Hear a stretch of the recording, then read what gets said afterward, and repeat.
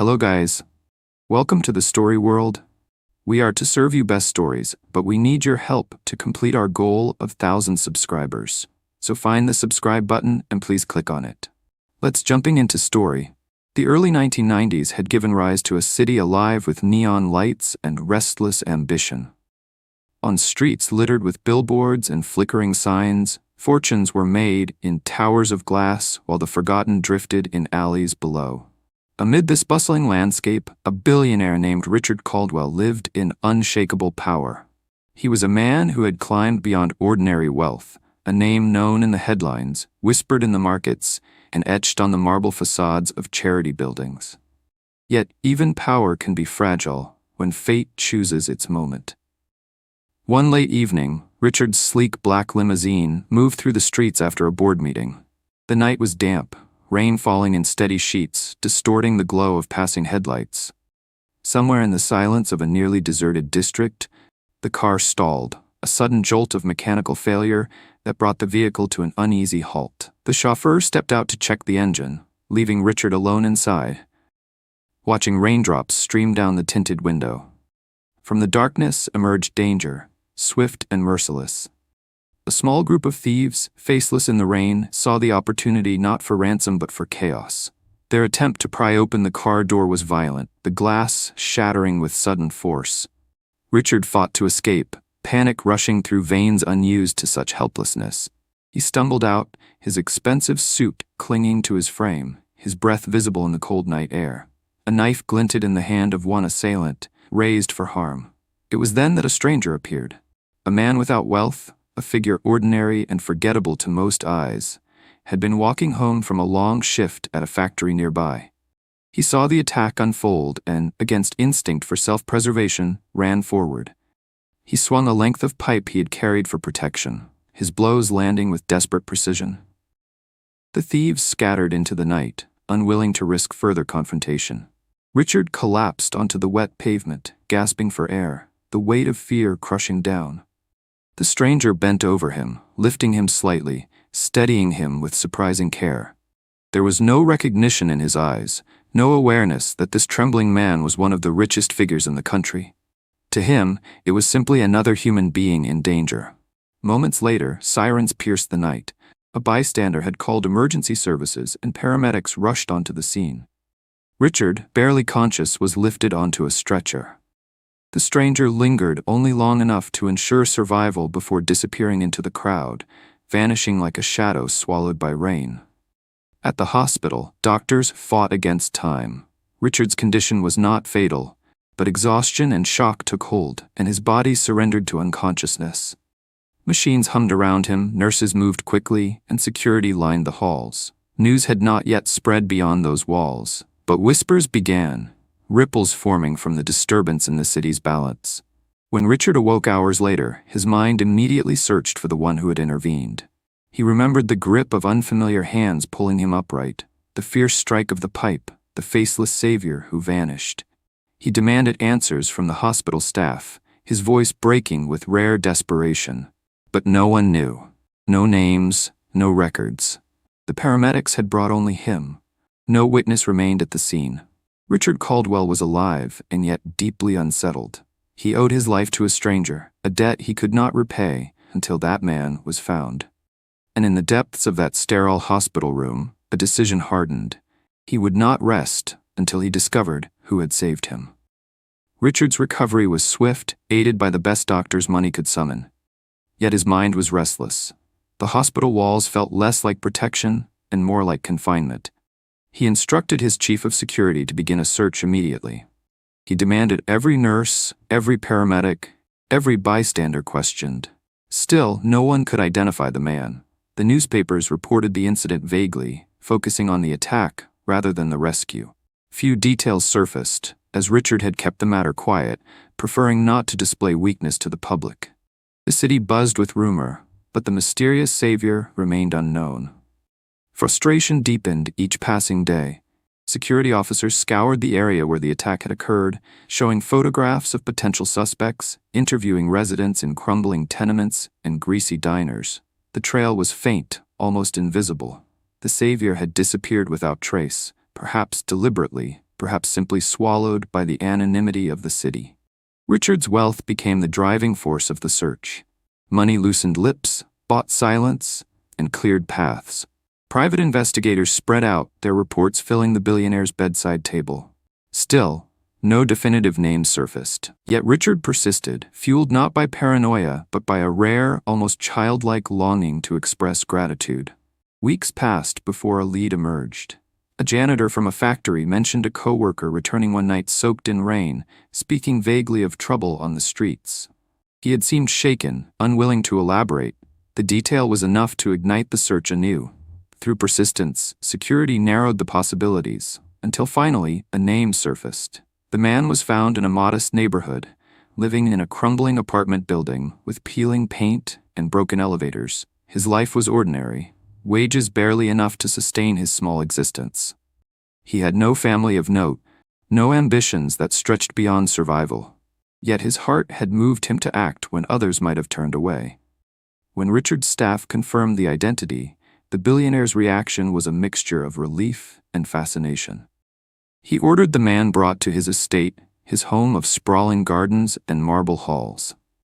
For the first time since that night, he felt the weight of his survival begin to lighten. For the savior, however, the moment would mark the beginning of something darker. The man's name was Thomas Avery. He was not remarkable by the standards of the city. He worked long hours in a factory that manufactured steel components, his days filled with repetition and noise, his nights spent in silence. His apartment was sparse, his possessions few.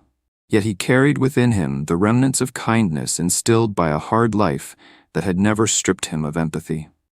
When Richard's security appeared at his door, Thomas was bewildered. He had not expected recognition, had not even considered the possibility of consequence. They escorted him to the Caldwell estate, a journey that felt like stepping into another world. The iron gates, the sweeping driveway, the vast mansion rising like a fortress, it all seemed unreal. For Thomas, the revelation struck with force. The man he had saved was not just wealthy, but among the most powerful individuals in the country. The newspapers, the whispers of boardrooms, the financial empires, they all connected to the frail figure he had once pulled from danger. Shock coursed through him, mingling with unease. He had saved a man, but in doing so had crossed into a world he could never have imagined belonging to. Richard received him warmly, gratitude etched into his expression. There was no pretense, only sincerity, a billionaire humbled by fate. He offered gifts, gestures of thanks, promises of reward. Thomas at first resisted, his humility shielding him from greed. He told himself he needed nothing, that survival itself was enough. Yet even as he thought this, the grandeur of the estate pressed against his senses, the richness of the surroundings awakening thoughts long buried. When he returned to his neighborhood, whispers spread quickly. His friends noticed the change, the way security cars had escorted him, the way his silence carried weight. They pressed him for details, and reluctantly, Thomas revealed fragments of the truth. Envy flared in their eyes, and suggestions soon followed. They told him he had given the billionaire life, something no sum of money could equal. Why accept tokens when he deserved fortunes? Why not demand more, seize the chance to escape poverty forever? Their voices lingered in his ears long after the conversations ended, echoing in his mind as he lay in his small apartment staring at cracked ceilings. What began as gratitude slowly twisted into discontent. At first, Thomas resisted the pull. He reminded himself of the billionaire's kindness, of the sincerity in his eyes. He told himself that wealth could not buy peace of mind. Yet the city around him mocked those thoughts. Each day he trudged to the factory. Each day he felt the sting of monotony. Each day he remembered the taste of luxury at the estate. The voices of his friends grew louder. They urged him to think of opportunity, of the doors that could open if he pressed harder. They spoke of wealth as though it were justice, a rightful claim for the life he had saved. Thomas began to see truth in their words. Why should one man possess towers of gold while another toiled endlessly for scraps? Hadn't he proven his worth in that single moment of courage? His mind became restless. The thought of wealth consumed him in quiet moments. He began to imagine what it would feel like to walk through the world with power, to never fear hunger or rent again, to have the city bend to his will as it bent to Richard's.